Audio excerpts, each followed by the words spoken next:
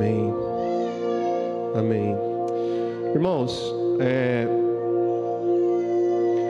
ultimamente eu tenho entendido algumas coisas na maneira com que Deus fala comigo. Eu sei que cada um tem uma particularidade de ouvir ao Senhor, né? E essa semana, há umas 2 semanas atrás, eu tenho entendido algo que eu, assim, há muito tempo vinha se desenhando, mas agora acabou de tomar forma. Eu comecei a entender que quando Deus começa a falar comigo sobre um assunto, Ele vai concluindo esse assunto à medida que os dias vão se passando. Então, às vezes, a gente na nossa meninice e não ouvir aquilo que Deus está falando. Então, às vezes, num domingo eu falava sobre fé, e no outro a gente já falava sobre salvação, e Deus ficava, olha, não acabou, eu comecei a falar com você, mas você não continuou a me ouvir. Porque uma coisa nós precisamos entender, irmãos: Deus, Ele fala e continua falando. Sabe qual que é o grande problema que a gente tem? Eu compartilhei isso com o Marquinhos hoje de manhã. O problema é que a gente se prende na primeira voz, e a gente acha que porque Deus falou algo, Deus não vai continuar a falar. E Deus continua. Pastor, como que isso funciona? Onde está isso na Bíblia? Olha para a vida de Abraão. Deus disse para Abraão: Abraão, pega o teu filho e sacrifica. Abraão ouviu a primeira voz. Só que quando Abraão foi obediente, ele foi ao Monte Moriá, subiu com Isaac. Quando ele foi sacrificar Isaac, Deus falou de novo. Deus falou: solta o cutelo, eu já providenciei o cordeiro. Deus falou de novo. E se Abraão não ouve Deus pela segunda vez, então Abraão tinha cumprido a primeira promessa só a primeira vez. Por isso, igreja, se Deus já falou com você uma vez, preste atenção, porque Ele continua a falar. Ele vai continuar a falar. E Deus tem falado comigo nos últimos dias muito sobre processos. Tudo que eu leio, as letras que saltam aos meus olhos me mostram processos, sempre processos. Começa aqui, passa por aqui e termina aqui. E Deus está falando muito comigo sobre isso. E hoje eu queria falar isso com vocês, porque existe um processo na igreja brasileira, aonde Deus quer transformar meninos em guerreiros. O tema dessa pregação é de meninos a guerreiros. Irmãos, Deus está procurando um lugar para estar. A Bíblia diz que Deus deu uma ordem para Moisés e disse assim: Moisés, construa um tabernáculo e eu habitarei no meio de vós. A gente acha que isso está lá, está no Velho Testamento, isso não funciona. Então, se isso não funciona, os avivamentos que aconteceram no último século, então não foram de Deus. Porque os avivamentos que aconteceram são avivamentos aonde Deus veio com a sua presença real. O seu Espírito veio real. O seu Espírito esteve entre o seu povo de maneira real, visível, palpável, com manifestações sobrenaturais. E eu creio que Deus está procurando um lugar onde meninos se tornam guerreiros, um lugar onde a gente deixa de ser menino e não pode receber a herança para se tornar maduro e tomar posse daquilo que Deus já nos entregou. Porque a maioria das vezes não assumimos aquilo que Deus nos deu, porque a Bíblia diz em Gálatas: se o herdeiro for menino, em nada se difere de um escravo, ainda que seja dono de tudo. Então o processo de amadurecimento faz parte da entrega da promessa, faz parte da entrega dessa cidade aos pés de Jesus. Deus está procurando um lugar. E quando esse lugar for encontrado, a presença de Deus virá de maneira sobrenatural. E as pessoas serão atraídas não por uma estratégia, mas pela presença manifesta de Deus no nosso meio. E Deus só virá aonde existem guerreiros e não meninos. Eu quero usar aqui a vida de um grande guerreiro, mas que também já foi menino, para a gente falar sobre isso. Eu queria que você abrisse a sua Bíblia em 1 Samuel, capítulo 17, a partir do verso 12. Vamos falar de Davi. Eu já preguei tanto nesse texto que a minha Bíblia tem tanta coisa escrita que hoje, para mim poder fazer esse esboço, eu tive que não olhar aqui para não ser influenciado por aquilo que Deus já falou, mas por aquilo que Deus queria falar. Porque todas as vezes que você lê um texto, Deus fala, irmão. Todas as vezes que você abrir a sua Bíblia, você pode pregar o mesmo texto o resto da vida, que sempre Deus vai falar com você algo diferente. Então, esse texto é um texto bem conhecido. E nós vamos ler um texto um pouquinho longo, então quem não gosta de ler Bíblia, por favor, segura o irmão que não gosta de ler Bíblia aí, que ele vai passar mal agora, mas faz parte do processo. 1 Samuel 17, a partir do verso 12. Diz assim: Ora, Davi era filho de um homem efrateu de Belém de Judá, cujo nome era Jessé. Jessé tinha 8 filhos, e nos dias de Saul, este homem já era velho e avançado em idade. Os 3 filhos mais velhos de Jessé tinham ido com Saul para a guerra: Eliabe, o primogênito, o segundo, Abinadab, e o terceiro, Samá. Davi era o mais moço. Os 3 mais velhos seguiram Saul, mas Davi ia e voltava de Saul para apacentar as ovelhas de seu pai em Belém. Verso 16. Durante 40 dias apresentou-se o filisteu pela manhã e à tarde. Ora, disse Jessé a Davi, seu filho: toma para teus irmãos uma efa desse grão tostado e estes 10 pães, e corre a levá-los ao acampamento a teus irmãos. Leva também esses 10 queijos ao seu comandante de 1000.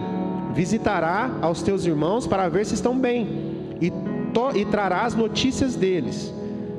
Eles estão com Saul e todos os homens de Israel no vale de Elá, pelejando com os filisteus.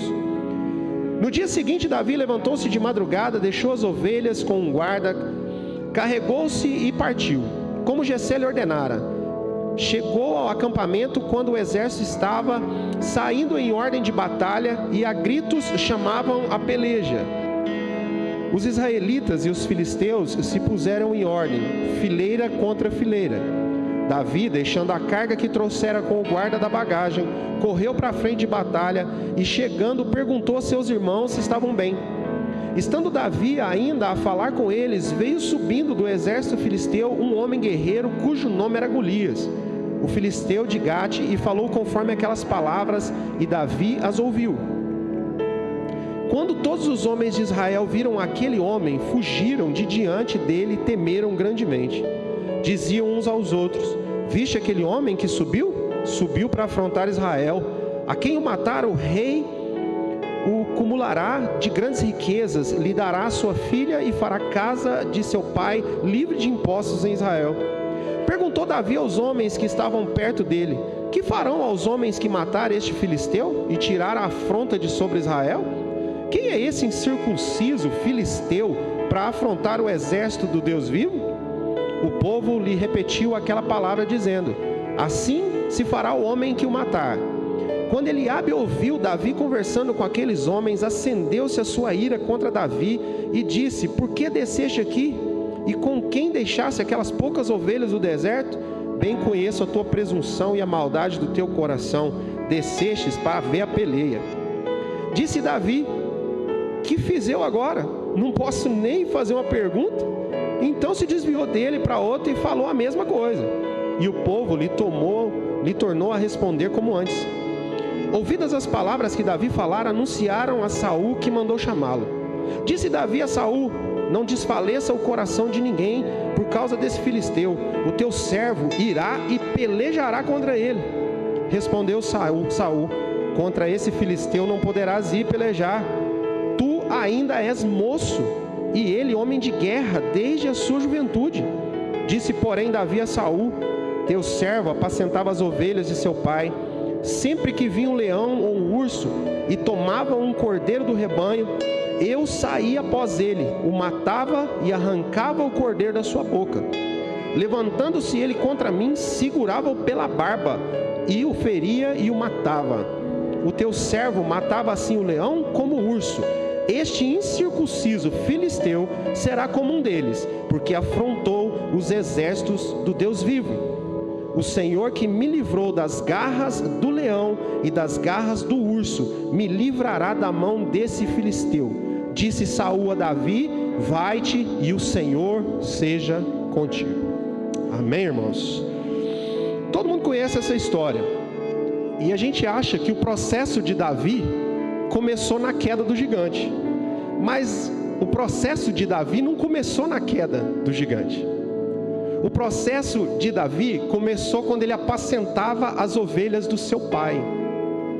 O processo na vida de Davi não era uma atividade cobiçada. A gente precisa entender uma coisa na nossa vida, irmão. Aqueles que carregam a presença de Deus, eles são fiéis a Deus, seja no pouco, seja no muito. A minha fidelidade com Deus não está relacionada à quantidade de aplausos que eu arranco de uma multidão, mas a minha fidelidade de Deus está relacionada ao quanto da presença de Deus eu consigo atrair, seja para uma multidão ou seja para uma só pessoa.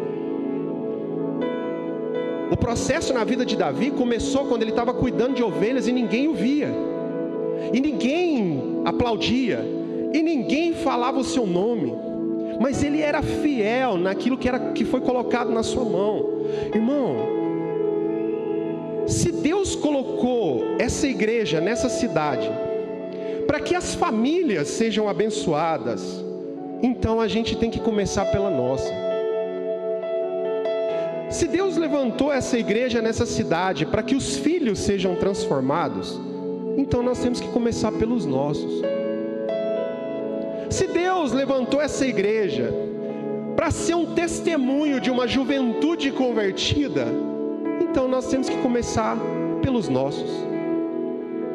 Porque se nós formos fiéis naquilo que Deus tem nos colocado, ainda que seja pouco, com certeza o processo de Deus vai sendo concluído na nossa vida. Agora entenda uma coisa, existe uma ferramenta de Deus, que Deus nos dá, e é uma ferramenta sobrenatural, para que esse amadurecimento aconteça, e essa ferramenta se chama unção. Unção, e muita gente quando fala em unção, já pensa logo em coisa mística. Não, querido, unção é uma ferramenta que Deus te dá, para que você trabalhe em favor do reino dEle.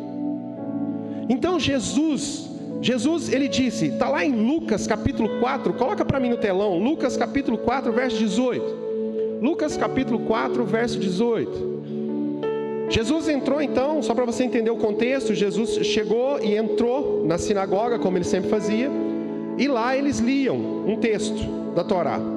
E escolhia-se uma pessoa para ler esse texto. Nesse dia escolheram Jesus.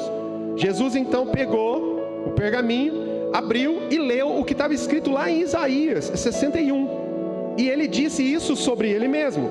E ele disse: o Espírito do Senhor está sobre mim, pois que me ungiu para. O Espírito de Deus, ele vem sobre uma pessoa para ungí-lo para uma missão, para algo. Não é te ungir para você ficar melhor do que os outros. Não é te ungir para você ficar mais rico do que os outros. Não é te ungir para você ter uma igreja melhor do que os outros. Não é te ungir para você, mas é te ungir para a missão. Meninos que estão sendo transformados em guerreiros, eles são visitados por esse Espírito de Deus, que derrama sobre eles dessa unção para evangelizar os pobres. Uma unção que vem sobre eles para curar os contritos de coração. Então a unção é para alguma coisa. Então, irmão, deixa eu te falar uma coisa, você que está aqui essa noite. Se você está na fila da unção e não sabe para quê, então sai desse lugar. Se você está na fila da unção, achando que isso vai te colocar num lugar de destaque, se você está na fila da unção, achando que isso é algo que vai ficar somente para você, sai desse lugar, porque Deus quer sim visitar através do seu Espírito e quer te ungir, mas é para a missão dEle. ungidos para cuidar da família, ungido para cuidar dos filhos, ungido para cuidar do casamento, ungidos para ser um testemunho na cidade. Meninos que estão se tornando guerreiros, recebem uma unção para algo de Deus. Davi foi ungido para a missão de Deus. Deus continua procurando um lugar onde Ele pode derramar a sua unção. Deus continua procurando os seus adoradores, que Ele possa derramar a sua unção, porque eles sabem que essa unção é para algo do reino. A unção, ela vem com um grande presente para a nossa vida. Ela vem com a presença do Espírito Santo, porque o Espírito estava sobre e ungiu. Para que haja unção, precisa haver o Espírito com a gente, precisa haver a presença de Deus conosco. A gente precisa entender essa migração de um lugar para o outro, viver o processo de ser fiel nas pequenas coisas. Entenda uma coisa, Davi estava lá cuidando de ovelha. Essas ovelhas não eram dele, essas ovelhas eram do pai dele. Então aqui vai mais uma lição para nós essa noite. Para que a gente evangeliza as pessoas? Para que a gente fala de Jesus para elas? Para elas ficarem debaixo da nossa proteção gospel, debaixo da nossa cobertura espiritual? É para isso que nós falamos de Jesus para elas? É para isso que nós derramamos a unção do Espírito Santo sobre elas? Não, nós fazemos isso porque elas não são ovelhas de uma denominação, elas são ovelhas do nosso Pai que está no céu, e nós vamos cuidar delas, porque Ele confiou a nós. Sabe uma coisa? A gente confunde muito hoje em dia essa questão de que se a gente está pastoreando uma igreja ou está liderando um ministério, que a gente não pode ser nada na cidade. Você tem que ser, virou um negócio quase que religioso. Então hoje, por exemplo, um pastor que é político já não casa na nossa cabeça. Mas Davi, ele se tornou pastor e rei. Davi fazia isso com excelência, porque Davi tinha no coração aquilo que era a vontade de Deus, que era cuidar de pessoas. Então, se todos que estivessem nessa nação hoje, ocupando qualquer cargo que seja, se eles se lembrassem que antes deles serem políticos, médicos, advogados, de serem doutores, eles são pastores de ovelha, o Brasil seria a nação referência do mundo. Porque Deus nos ungiu para cuidar das ovelhas do nosso Pai. Uma unção que está sobre nós. E tem um detalhe: quando você está lá cuidando das ovelhas do seu pai, o seu pai te ama tanto, ele te ama tanto, e ele quer tanto que você cumpra o propósito, que ele vai mandar um leão para pegar essas ovelhas. Ele te ama tanto que ele vai mandar um desafio maior do que você imagina. Porque quando o leão chegar, você não vai ter opção. Aliás, você tem opção. Quando o leão chegar, você tem a opção de falar que esse problema não é seu. Quando o leão chegar, você pode falar assim: não, eu não sou Daniel para lutar com o leão, não. O negócio aqui é tocar harpa. Quando o leão chegar na sua vida, não, Jesus, deixa eu te falar, isso aí não é para mim não. Fala para essa pessoa ligar para o pastor, porque eu só canto. Quando o problema bater na sua porta, eu falo: não, deixa eu te falar, eu vou dar o telefone lá, você liga lá para o pastor, fala com ele, porque eu não. Deixa eu te falar uma coisa, querido. Se você está no reino de Deus, está se tornando um guerreiro, o leão que chegar para você, ele é seu desafio. E esse leão está na sua frente, sabe para quê? Você agarrar na barba dele, até que ele solte aquilo que não é dele. Problema tem nome e tem barba.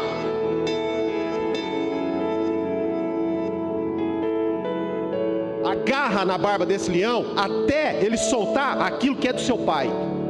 Por quê? Por que isso? Por Porque o leão vai te preparar para o outro presente de Deus. Qual que é? A coroa? Não, o urso. Porque quando você achar, como diz o pastor Paulo Júnior, quando você achar que o leão já estava difícil demais de você lutar com ele, e você tiver que agarrar na barba dele, e eu vou te dar uma notícia, irmão. Se você agarrar na barba de um leão para lutar com ele, no fim dessa luta, você vai sair de lá todo arranhado, com a roupa rasgada e sangrando.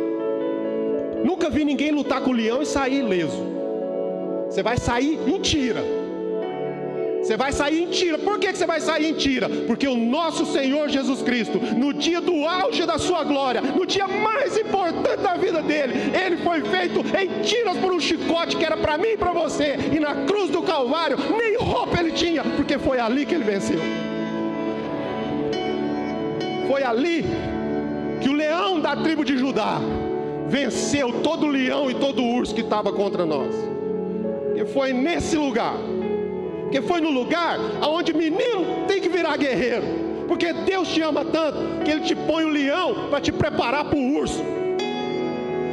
Porque quando o urso vier, você já lutou com o leão, você já sabe como é que você tem que fazer.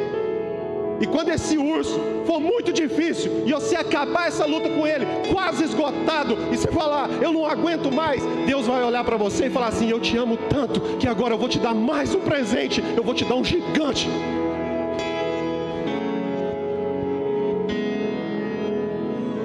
Porque o leão te preparou para o urso, e o urso te preparou para Golias. Porque quando você estiver lá olhando para o Golias assim, ó, e você achar que ele já está grande demais, a Bíblia diz que o gigante ficou de pé. Deixa eu te falar uma coisa, querido. Golias ficou de pé porque a queda de Golias tinha que ser pública, para todo mundo entender quem é que estava derrubando ele. Todo gigante que ficar em pé na sua vida, é porque vai ser pública a queda dele, para que o nome do Senhor que você serve seja glorificado. O leão te prepara para o urso, o urso te prepara para Golias. E aí, acabou? Não, não acabou. Porque Golias estava preparando Davi para o desafio maior. Golias estava preparando Davi para Saul. Porque, irmão, o treinamento de Deus, ele vai nos levar a enfrentar aquilo que a gente nunca queria enfrentar na vida. A última coisa que Davi queria enfrentar era Saul. Ele chamava Saul de pai.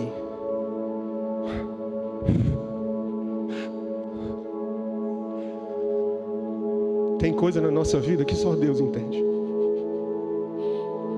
Tem gente que você nunca ia querer lutar contra, mas Deus te preparou e disse, você precisa cumprir a minha vontade. E aonde menino tem que deixar de ser menino e se tornar guerreiro, aonde menino tem que deixar de fazer a vontade dele e ser fiel à vontade de Deus. Porque no processo de Deus você vai estar preparado para tudo aquilo que Deus quer que você faça. Davi cuidou das coisas pequenas que foram entregues a ele. Sabe por que muita gente não avança para as coisas grandes, irmãos? Porque não consegue ser fiel nas coisas pequenas. Irmão, a nossa vida é feita de pequenas movimentações. A nossa vida com Deus é feita de pequenas coisas. São pequenas movimentações do dia a dia. É o perdão que você libera lá para uma pessoa que só está você e ela. É a construção da sua família de volta. É o seu testemunho no trabalho. É a sua devoção à palavra. É a sua entrega para Deus. São pequenas coisas que na maioria das vezes as pessoas não estão vendo, mas Deus está vendo. Mas se a gente não é fiel nessas coisas pequenas, como que Deus vai confiar para a gente as coisas grandes? Como que Deus vai confiar um rebanho para nós, irmão? Hoje de manhã eu falei isso aqui, falei de novo e vou repetir. Deixa eu te falar uma coisa. O que adianta a gente atrair a cidade de Ituiutaba para escutar uma mensagem e fazer com que os famintos venham até nós, se eles chegarem aqui e a gente não tiver o alimento para dar para eles? Se eles chegarem aqui e a gente não tiver a presença de Deus para dar para eles? Se eles chegarem aqui atraídos pela suposta presença de Deus, pelas estratégias, e chegar aqui e saírem com a barriga vazia, porque o único alimento que alimenta o povo de Deus no Espírito é a presença de Deus. Agora, a presença de Deus a gente atrai nas pequenas coisas, irmãos. Eu não posso subir aqui nesse púlpito aqui e achar que porque eu estou gritando, ou porque eu estou pregando bem, ou porque o louvor está tocando legal, a presença de Deus vai vir aqui. Não é assim. Porque antes da presença de Deus chegar aqui, ela precisa queimar lá no meu quarto. Ela precisa queimar na minha vida durante a semana. Ela precisa queimar nas atitudes e pequenas atitudes e reações que eu tenho. A pastora Jaqueline me ensinou uma coisa na vida que eu não esqueço. Ela falou um dia para mim, ela falou assim: Lúcio, viver medindo as ações é fácil. Porque eu posso medir como que eu falo com você. Eu vou visitar uma pessoa, eu penso, chega lá, eu vou falar assim, assim, sou educado, né? Vou bem vestido, amém, aleluia. Mas são as nossas reações que denunciam o quanto de Deus a gente carrega. Porque quando eu chegar para educadamente falar com uma pessoa, se ela me ofender, a minha reação vai dizer o quanto de Deus eu carrego. E eu só vou estar pronto para isso se nas pequenas coisas eu for fiel a Deus. Se eu sou fiel a Deus, eu não mudo. As minhas reações dizem quem eu sou. Elas me denunciam. Elas revelam. Por isso é que a gente não pode ficar encantado com um discurso bonito. Porque o que não falta na nação brasileira é gente que tem um discurso bonito. Tem o discurso bonito e a vida podre. Tem o discurso bonito, mas não carrega nada de Deus, irmão. E nós somos chamados para ser um povo diferente. Nós somos chamados para carregar a presença de Deus. Nós somos chamados para carregar essa presença, para trazer para um ambiente aquilo que o mundo não conhece mais, aquilo que o mundo anseia. Sabe o que o mundo anseia, querido? O mundo não está ansiando por um político bom, por uma vida boa. Não, o mundo está ansiando pela manifestação dos filhos de Deus, que manifestam o Pai que tem. Jesus disse: quem vê a mim, vê ao Pai. Quando houver uma manifestação dos filhos de Deus, é o Pai que vai ser conhecido. Porque a manifestação do Pai revela, a manifestação do Filho revela o Pai. Mas a gente está querendo revelar nós mesmos, irmãos. Não use o nome de Deus em vão. Se você tiver que se gloriar, glorie-se em uma coisa: em conhecê-lo e saber quem Ele é. A igreja ainda padece, perece por falta de conhecimento. Conhecimento da letra? Não. Quantas informações nós já temos hoje em dia? Quantas coisas nós sabemos? Sabemos muito do que nada importa, mas nós conhecemos a Deus. O conhecimento que Oséias estava dizendo é o conhecimento de Deus. Você conhece aquele que está presente aqui agora? Você conhece esse que está falando com você agora? Você conhece esse que está fazendo o seu coração queimar agora? Você conhece esse que está fazendo um milagre aqui agora? Você o conhece? Porque se você o conhece, você não é mais um menino. Você está se tornando um guerreiro. Em nome de Jesus. Sabe, querido, Davi era alguém curado na alma. Irmãos, meninos que estão se tornando guerreiros, meninos que vão carregar a presença de Deus, são curados na alma. Por quê, pastor? Davi foi esquecido no dia da Assunção. O profeta saiu para ir para a casa do pai dele, levando a unção para ele. E chegando na casa do pai dele, o pai dele se esqueceu dele. Sabe, irmão, para carregar a presença de Deus, para deixar de ser menino e começar a ser um guerreiro, a gente precisa parar de olhar para as coisas de fora e começar a olhar para as coisas de dentro. Começar a saber quem nós somos na nossa identidade em Deus. Porque Davi era curado na alma, não é porque ele superou somente que o pai dele o esqueceu. Porque quando ele estava cuidando de ovelha, não importava a opinião de quem estava de fora, porque do lado de dentro Davi sabia quem ele era. Será que nós sabemos quem nós somos, irmãos? Será que de verdade a gente sabe que a gente não precisa de aplauso, de elogio, de reconhecimento? de condição financeira, de cargo? Será que a gente sabe que a gente não precisa, ainda que a gente tenha? Porque, irmão, se isso te movimenta, o dia que você não tiver isso, você vai parar. Se você é movido pelo dinheiro, o dia que você não tiver dinheiro, você para. Se você for movido pelo seu título, se um dia te tirarem o título, você para. Mas se você for movido por uma identidade celestial, com título sem título, com dinheiro ou sem dinheiro, de qualquer jeito você não para, porque você é movido pelo céu e não pela terra. A igreja que vai viver o próximo avivamento é uma igreja movida pelo céu. É uma igreja que tem identidade em Deus. E que não tem problema de ser esquecido. Você foi esquecido, não tem problema. Eu sei quem eu sou. Eu sei quem eu sou. Eu estou cuidando das ovelhas do meu pai. Ah, mas e se você morrer cuidando das ovelhinhas do seu pai? Eu morri cumprindo o propósito do meu pai. E se a minha carreira acabar nisso aqui? Eu acabei a minha carreira e guardei a fé, cumprindo o propósito do meu pai.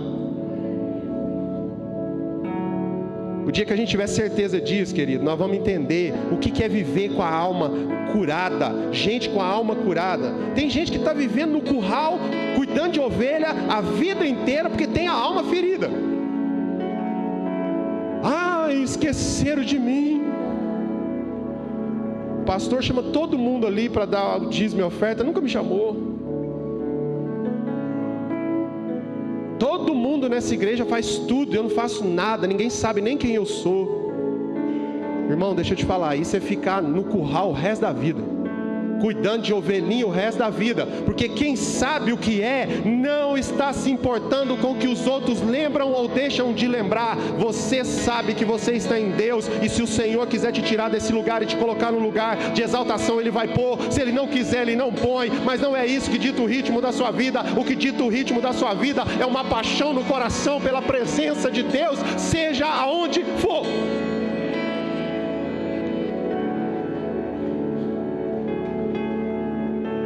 Irmãos, eu conheci pessoas, conheço até hoje, pessoas que são carregadas da presença de Deus, pessoas que só de você começar a conversar com elas, você começa a chorar, pessoas que chegam perto de você, você sente fisicamente um peso de glória, e quando você vai ver a vida dessas pessoas, muitos deles não falaram em público para mais de 10 pessoas,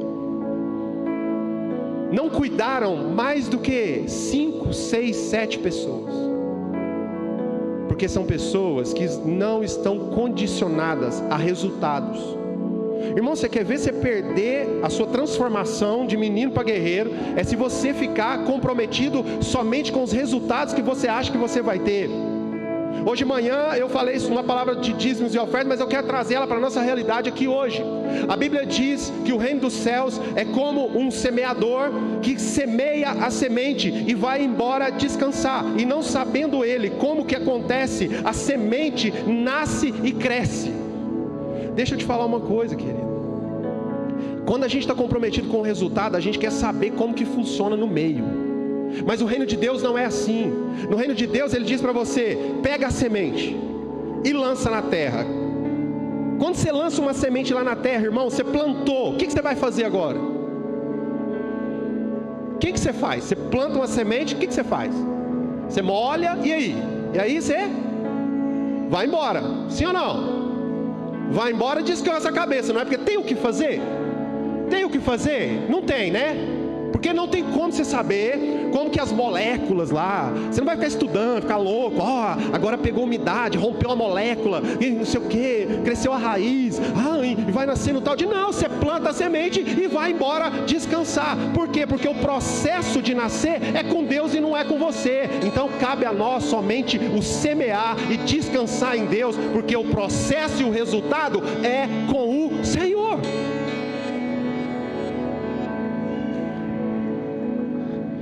Irmão, o desafio maior de viver a igreja e viver em Cristo é saber esperar o processo, porque você tem que confiar em Deus. Agora a gente confia em tudo, a gente confia no braço da gente, a gente confia no nosso conhecimento, a gente confia nos nossos relacionamentos, Mas de verdade mesmo, igreja, você confia no Senhor? Você confia no Senhor? Olha o silêncio. Irmão, de domingo a gente vem para cá para quê? Para que Ele faça algo por nós? Ou para confiar que Ele já está fazendo algo por nós e que independente do que vier acontecer, essa é a boa, perfeita e agradável vontade de Deus? O dia que Deus encontrar uma igreja assim, Ele vai derramar da sua presença.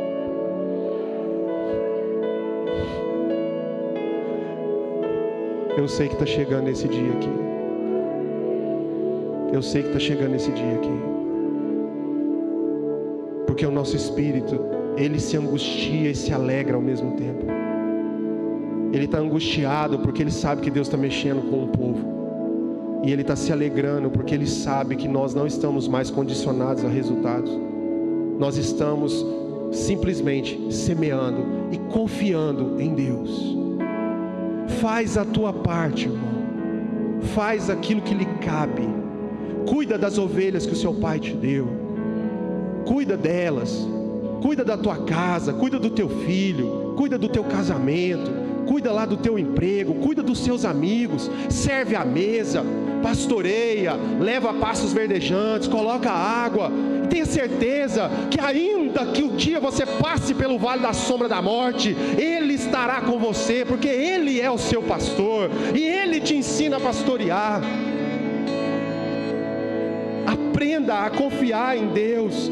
Você só será um matador de gigantes se você for aprovado nos processos. A pergunta hoje para nós é: nós estamos sendo aprovados ou reprovados nos processos? Quando Deus nos coloca no caminho do treinamento e no treinamento, nós estamos sendo aprovados ou reprovados, irmãos? Porque o Senhor não vai parar de nos treinar. Tem muita gente que está reprovando na mesma coisa a vida inteira. É um ciclo.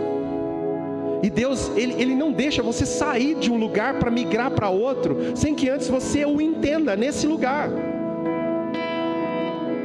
Irmão, a transformação de Deus, ela é generosa, ela é poderosa na nossa vida. E Deus não vai permitir que você vá para um lugar sem que você possa remir o lugar onde você está. Deixa eu te falar uma coisa: a remissão, o resgate da escravidão, Deus, Ele nos entregou como missão. Então o lugar onde você está, Deus te colocou ali para você remir essa terra. Então, não está errado o lugar onde você está trabalhando. Ah, eu estou no lugar errado. Não, você está no lugar certo. Ah, eu estou no lugar errado, os amigos que eu tenho, olha aqui, se isso aqui é amigo de Deus. Não, você está no lugar certo. Por quê? Porque Deus te colocou ali para remir essa terra. Deus te colocou ali para resgatar essa terra. Só que a gente não entende o processo e a gente fica na terra da escravidão o resto da vida. E Deus está dizendo alto: deixa de ser menino, se torna um guerreiro. E eu quero que você possa remir essa terra para mim.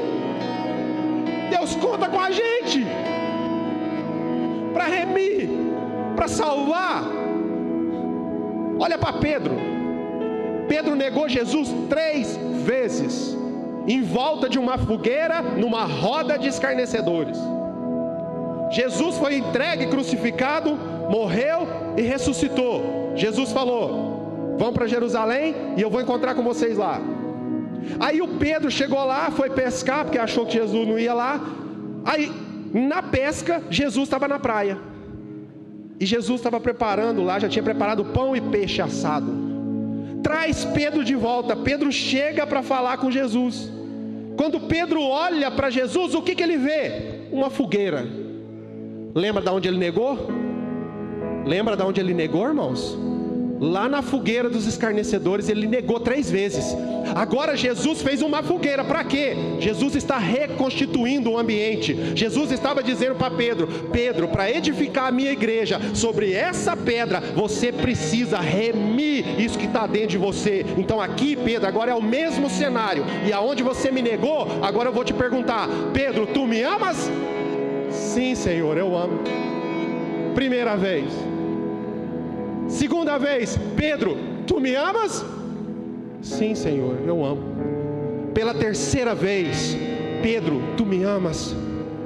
Pedro diz: Senhor, o Senhor sabe de todas as coisas. Jesus empatou o jogo. E agora, para Pedro sair desse ciclo, para remir definitivamente isso dentro de Pedro, Jesus olha para Pedro e diz: então agora vai e apacenta as minhas ovelhas. Você só sai de um lugar o dia que você remir esse lugar, para que Deus te jogue no outro lugar. Meninos que se tornam guerreiros carregando a presença de Deus. Meninos que não param e não fracassam no seu processo. Matadores de gigantes. Davi, quando matou o gigante, e aí a gente então vai entrando aqui para a gente concluir essa mensagem. Quando Davi matou o gigante Golias, a gente pensa, então agora veio a glória maior na vida de Davi. Mas aqueles que carregam a presença de Deus precisam estar preparados para uma coisa. Todos aqueles que carregam a presença de Deus precisam estar preparados agora para as perseguições daqueles que não querem que você carregue a presença. Você quer saber que você está carregando a presença de Deus, irmão? Você está sendo perseguido. Se você tiver com a presença no ombro, você está sendo perseguido. Porque aqueles que não conseguem carregar, eles também não querem que você carregue. Aqueles que não conseguem entrar no ambiente da glória para carregar a presença, eles não querem que você carregue. Davi carregava a presença de Deus nele. Davi matou Golias. Agora Saul queria matar Davi. Saul, o rei, agora queria matar o menino. Porque ele fez algum crime? Porque ele cometeu uma barbárie? Não. Porque ele confiou em Deus e se deixou ser batizado com o Espírito de Deus. Então agora ele foi perseguido. Jesus, o Espírito de Deus está sobre mim, e ele me ungiu para. E quando Jesus disse isso, eles quiseram pegar Jesus e jogá-lo de um abismo. O mundo que não conhece a presença de Deus quer matar os profetas que carregam a presença de Deus. Então, quando você entrar nesse ambiente, onde você está deixando de ser menino para se tornar um guerreiro, esteja pronto para as perseguições. Esteja pronto para aqueles que não conhecem a presença começarem a criticar, a julgar, a quererem denegrir a sua imagem, a dizer para você que a igreja que você frequenta não é a igreja, que a religião que você prega não é uma religião de Deus, que essa graça pregada não existe, que esse amor é um amor carregado de justiça, querendo fazer uma confusão na sua cabeça, porque eles não conseguem carregar a presença de Deus e também não querem que você carrega, porque eles não conseguem atrair a presença de Deus pelo seu arrependimento. Eles também não querem que você se arrependa, mas permaneça em Deus e continue a confiar naquele que te fez derrubar Golias. Todos os dias, quando vem algo contra a gente, contra o ministério, as pessoas, a nossa visão, eu me lembro sempre que eu continuo caminhando e nunca vou deixar de caminhar com o Senhor que já nos fez derrubar tantos Golias aqui. Porque eu prefiro ser perseguido e estar com a presença do que me tornar um perseguidor da igreja sem a presença de Deus. Eu prefiro ficar nesse lugar. E quando Davi começou a ser perseguido, então Davi foi para um lugar. Davi fugiu. E ele foi para um lugar, para uma caverna chamada Caverna de Adulão. Caverna de Adulão, para quem não sabe, foi o lugar onde Davi foi se refugiar e se esconder de Saul. Porque Davi não queria matar Saul. Davi teve a oportunidade de matá-lo. Davi chamava ele de pai. Davi não queria matar Saul. Deixa eu te falar, irmão, nós não fomos chamados para matar Saul. Saul morre pela própria espada. Nós não somos chamados para matar ninguém. Nós somos chamados para derrubar Golias. Nós somos chamados para ir para a guerra. Mas não preocupa com o Saul que te persegue, não. Você não foi chamado para matar ele. Com ele Deus se entende. Davi foi para a caverna fugindo. Quando Davi entrou para essa caverna, então a Bíblia diz que primeiro a família de Davi foi para lá. E depois, logo em seguida, começou a chegar os rejeitados. Homens endividados e cheios de problema. Certa vez eu estava aqui, e a gente estava num culto aqui, e era um culto de jovens. E o pastor, hoje ele é pastor, né? O Caio, da Church, lá de Anápolis, ele veio pregar aqui. E o Caio chegou aqui, e os meninos estavam aqui, daquele jeito que vocês já conhecem. Porque os meninos daqui, vocês conhecem, né? O negócio, coisa aqui é pular e, né? E aleluia, né?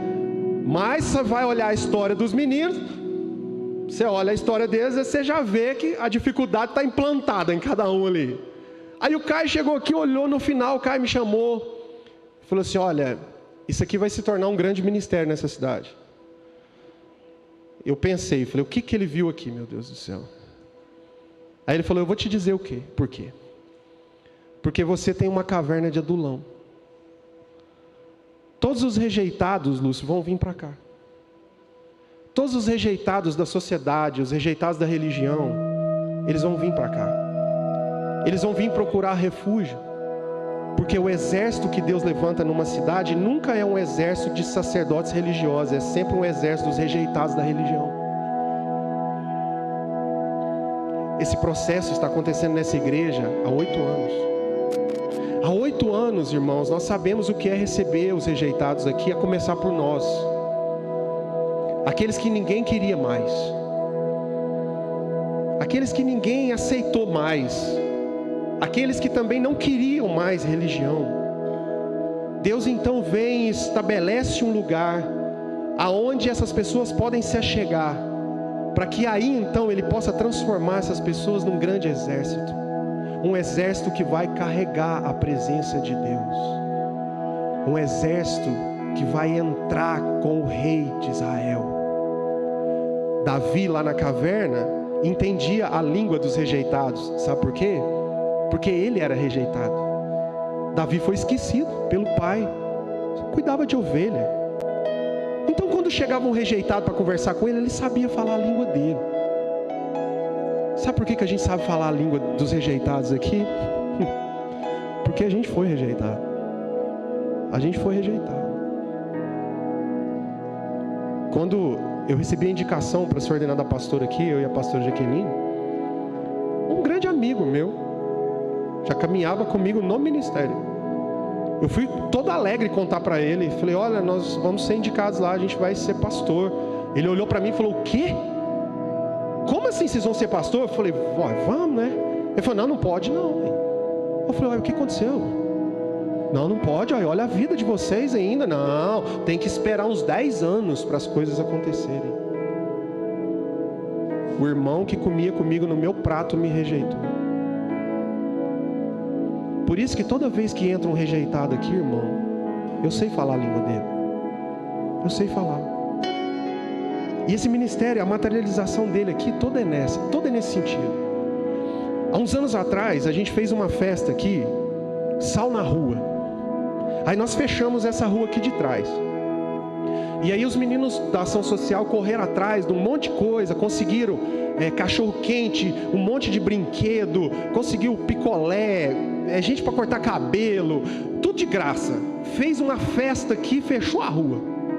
E encheu de gente, irmão. Morador de rua, menino que nunca podia brincar num brinquedo, ficou brincando aqui o dia inteiro. Puseram até aquele negócio grandão, um escorregador grandão que enche, assim, tem lá no centro. Ficou grandão, assim, que parecia a Disney, né? A Disney do Piraptinga aqui, né? E os meninos tudo ficou brincando e comendo, e picolé, e todo mundo naquela felicidade, eu numa alegria. O Saulo era tesoureiro da igreja. Aí o Saulo chegou perto de mim ali, na maior alegria, porque o Saulo, para dar notícia ruim, ele é bom, que ele não muda a cara, ele faz a mesma coisa, sempre, ele é igualzinho.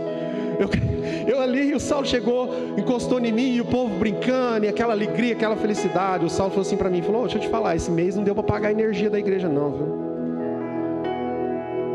Aí eu falei, o quê? Ele falou, não, esse mês não deu não, Lúcio, mas não preocupa não, porque pode ficar 2 acumuladas, né? No mês que vem nós paga. Aquilo me deu uma tristeza, irmão. Eu olhei para aquele tanto de gente, eu falei, Deus, a gente está aqui, entregue ao teu evangelho para fazer a tua vontade. Os meninos tudo brincando, olha que alegria. Só vai deixar cortar a energia da igreja. Nós não tem dinheiro para pagar energia. E aí o Espírito veio sobre mim. E ele falou assim, Lúcio,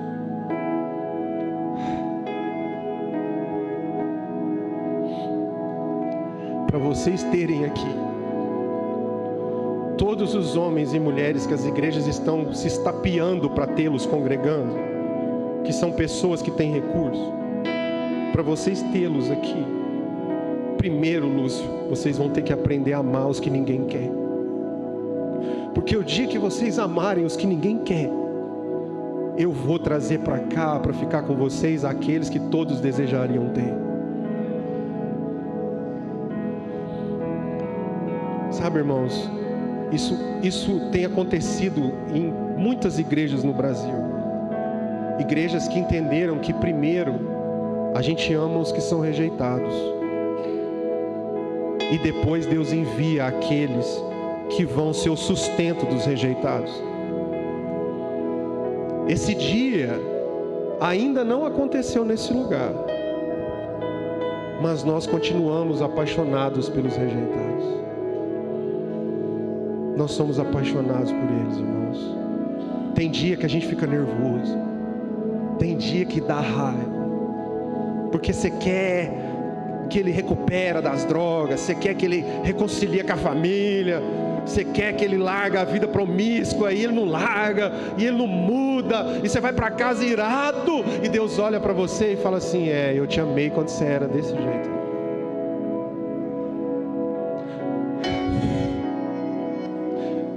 Aí a gente desmonta, né? A gente desmonta. Eu vi uma conferência esse final de semana, e eles fizeram um negócio lá que testificou muito no meu coração a respeito do que a gente vem falando desde a semana passada, porque eles falaram a mesma coisa, só que eles fizeram um mini teatro lá sobre carregar a presença de Deus. Foi na conferência do Jesuscope. Eu quero fazer para vocês aqui o que eu vi eles fazerem, só para vocês entenderem a igreja que Deus está levantando e a igreja que você faz parte. Eu queria chamar aqui o Hendrick, o Saulo e o Ramon. Vem cá. Vocês três. Pode ficar aqui. Semana passada nós falamos sobre isso aqui. Davi, quando assumiu o reinado, depois, Davi, ele foi então buscar a Arca da Aliança, que era a presença de Deus. Davi assumiu o reinado e a primeira coisa que ele quis fazer foi buscar a presença de Deus, porque ele entendeu que ele era um rei da presença de Deus, que era Deus que tinha colocado ele lá. Então o mais importante era a presença. A igreja que Deus está levantando é essa igreja de homens que sabem que não tem como governar nada. Aliás, irmão, se você olhar e pesquisar a nossa vida aqui antes de Cristo Jesus, você vai entender que nós éramos homens desgovernados, rejeitados da caverna de Adulão. Mas Davi resolveu buscar a presença. Davi pegou o exército e foi lá, pegou a Arca da Aliança, que era a presença de Deus, e veio trazendo. Como eu disse aqui a semana passada, fazendo festa, pulando. Antes da pandemia, irmão, entenda uma coisa. Antes da pandemia, a igreja estava assim. Antes da pandemia, descende. Nós aqui, experimentando, né, o crescimento, a explosão aqui na igreja. E luz, e fumaça, e avivamento, e nos envia, vamos para as nações, e vamos para tudo quanto é lugar. Era Davi trazendo a arca. Davi estava trazendo a presença desse jeito. Só que aí, de repente, a presença de Deus que Davi colocou num carro de boi, num carro alegórico, porque muitas vezes a igreja está querendo trazer a presença de Deus num carro alegórico, irmão. Vem para cá que a mão de Deus está aqui. Vem para cá porque nós expulsamos os capeta tudo. Vem para cá porque Deus vai fazer. É colocar Deus num carro alegórico, é botar Deus num carro de boi. Davi fez isso e vinha festejando. E encheu de gente, as igrejas, cheio de gente. Vamos lá, vamos pôr a mão no sangue do homem lá, do não sei quem lá, que vai curar. Vamos fazer aí, né? Essa é a igreja do Brasil. Era Davi. Só que quando Deus olhou aquilo, irmão, entenda uma coisa. Um menino, quando ele começa a deixar de ser menino e começa a se tornar um guerreiro, e existe uma unção sobre ele, então agora ele é governado por Deus e não mais pela sua vontade. Por isso que aqueles que são governados por Deus, não adianta a gente querer mudar isso aqui, irmão. Isso aqui que está acontecendo aqui nessa igreja, não adianta a gente querer mudar. Não adianta a gente querer adotar outra linha, não adianta a gente querer fazer o que o povo está fazendo para dar certo, porque não vai funcionar. Sabe por quê? Porque Deus nos ungiu para isso. Nós estamos debaixo dessa unção. Então Davi, governado por Deus, agora Deus olhou e falou assim: esse menino não está entendendo. Esse menino precisa crescer. Esse menino tem que virar um guerreiro. Vou fazer um negócio com ele aqui. O carro de boi está vindo. O boi tropeçou numa pedra. Quem botou essa pedra lá para o boi tropeçar? Foi Deus, irmão. Deus colocou a pedra para o boi tropeçar. Quem é governado por Deus vive tropeçando aí, não sabe por quê. Toda vez que você toma um trupicão, olha para o Senhor e pergunta: o que eu fiz de errado? Que Ele vai te falar.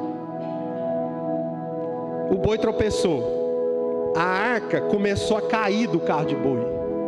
Aí um homem chamado Uzar, que estava conduzindo, olha só, o homem estava conduzindo a presença. Por isso é que eu falo, conduzir a presença de Deus num carro alegórico é morte, é morrer. Porque na hora que o boi tropeçar, quem que é o primeiro que vai pôr a mão? Quem estava conduzindo o desfile mais de perto. Quem estava querendo só atrair as pessoas para si mesmo. O Uzar estava pertinho, a arca movimentou. Ele falou: vou segurar a presença de Deus. Porque tem gente que está querendo segurar a presença de Deus com a mão. A presença de Deus você não segura com a mão. A presença de Deus você segura em outro lugar, no ombro. Pôs a mão na arca. A Bíblia diz que Deus o matou. E quando ele morreu, Davi fez a coisa mais sobrenatural que a gente precisa trazer para os dias de hoje. Quando ele morreu, Davi parou tudo. Março de 2019, o desfile alegórico vinha vindo. Vamos falar dos outros, não, vamos falar de nós. Você ainda não era líder de jovens, o Saulo era, Ramon já estava aqui comigo, irmão. Que desfile alegórico. Porque Deus veio, a gente encontrou a presença, né? Nós encontramos a presença de Deus. E aí a gente quis botar ele num carro alegórico. E aqui era aquela festa, os cultos de jovens aqui, o trem não parava, vão dançar na chuva, e dançava com chuva, sem chuva, e vamos, e os meninos saíam daqui, continuavam pecando do mesmo jeito, saíam daqui, continuavam vendo pornografia do mesmo jeito, as pessoas entravam aqui, saíam daqui, divorciavam na outra semana, e a gente, vamos, domingo que vem tem festa de novo, domingo que vem tem festa de novo, e isso estava acontecendo na igreja do Brasil inteiro. Aí Deus vai e fala assim: espera aí que eu vou enviar vocês para uma missão. Botou a pedra lá, o boi tropeçou, veio a pandemia de Covid. Deus parou o desfile. Deus parou o desfile alegórico de menino. Deus parou, porque menino não pode conduzir a presença de Deus num carro alegórico. Deus parou. E quando Deus parou o desfile, Deus nos enviou para uma missão. Qual missão? Vai cuidar da sua casa. E se você não tem coragem de fechar a porta da sua igreja para cuidar da sua família, então eu vou fechar a porta dessa igreja, você vai ter que ir para lá. Porque eu não vou mais deixar a minha presença ser conduzida por meninos. A minha presença vai ter que ser conduzida por guerreiros. E a gente foi para essa pandemia louca. E a gente ficou 2 anos sem poder, abria, fechava, e abria, a igreja morria um irmão, você já fechava, e você ficava com medo de pegar Covid, aquela loucura, senta distante, não senta distante, faz inscrição, e o povo desanimando, e dificuldade financeira, e aquela confusão. Por quê? Porque o boi tinha tropeçado. Davi parou o desfile e falou assim: pega essa arca aqui, manda para a casa de Obed-Edom, que era outro irmão lá, era até inimigo dele. A mesma presença que matou Uzá foi para dentro de uma casa. Agora entenda. Foi para dentro de uma casa. A pandemia, o desfile acabou. A presença de Deus foi para onde? Foi para onde? Para dentro de casa. Quem queria Deus agora tinha que ter Deus dentro de casa, porque não tinha mais desfile. Deus tinha que estar dentro de casa. Então lá na casa de Obed-edom chega a notícia para Davi. Sabe a arca que matou Uzá? A presença está prosperando ele, restaurou a família dele. Aí Davi, que é um homem ungido de Deus, entendeu. Sabe o que ele fez? Ele foi lá na casa de Obed-edom e falou assim: ensina para mim como que eu tenho que conduzir essa presença. Sabe o que Deus fez com a igreja agora? Fez a igreja voltar para os pés dele e falar assim: me ensina então como que eu tenho que carregar a tua presença. Me ensina. E aí então os anciãos ensinaram para Davi e falaram assim: Davi, a presença de Deus não pode ir num carro alegórico, Davi.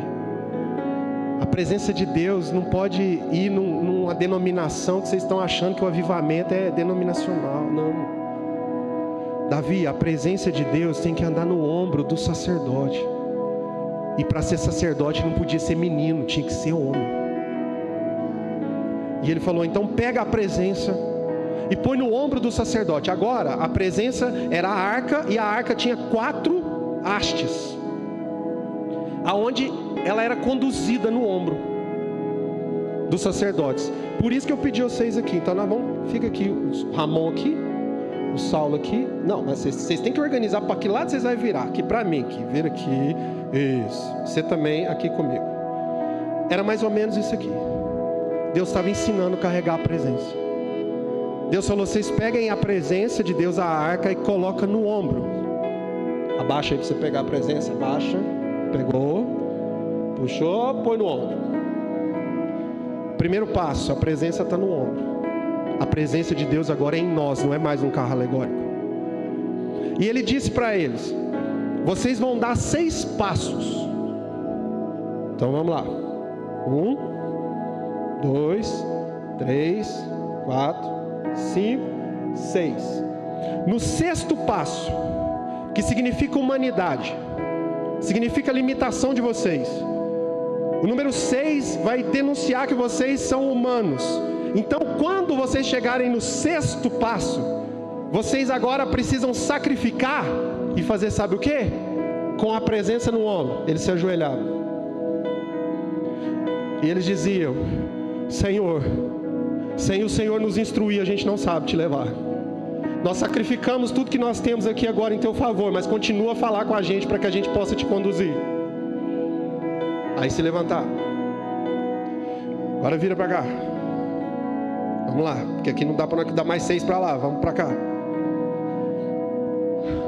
Aí falava: mais 6 passos. Vamos lá, mais 6. 1, 2, 3, 4, 5, 6. Para de novo.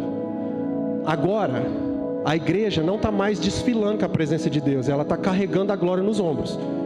E isso agora torna a igreja conhecida.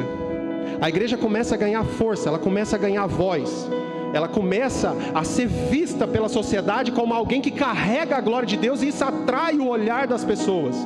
Então essa é a igreja que Deus está começando a levantar, uma igreja que chama atenção não mais pelo desfile, mas pela presença. Não é uma igreja de menino, é uma igreja de guerreiro. Só que quando isso acontece, para que a nossa humanidade não fale mais alto, Deus fala: então agora vocês ajoelham,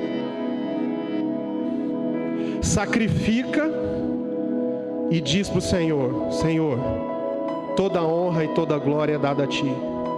De nós não tem nada que nós possamos fazer para conduzir a Tua presença, mas debaixo daquilo que o Senhor é e debaixo da unção que o Senhor colocou sobre nós, nós então sacrificamos e nós continuamos a conduzir a Tua presença. Aleluia, irmão. Aleluia. Você pode aplaudir o Senhor por isso? Amém. Agora depois nós conduz essa presença, agora é para o resto da vida, em nome de Jesus, amém? Amém, irmão. Pode ficar de pé no seu lugar, vamos orar.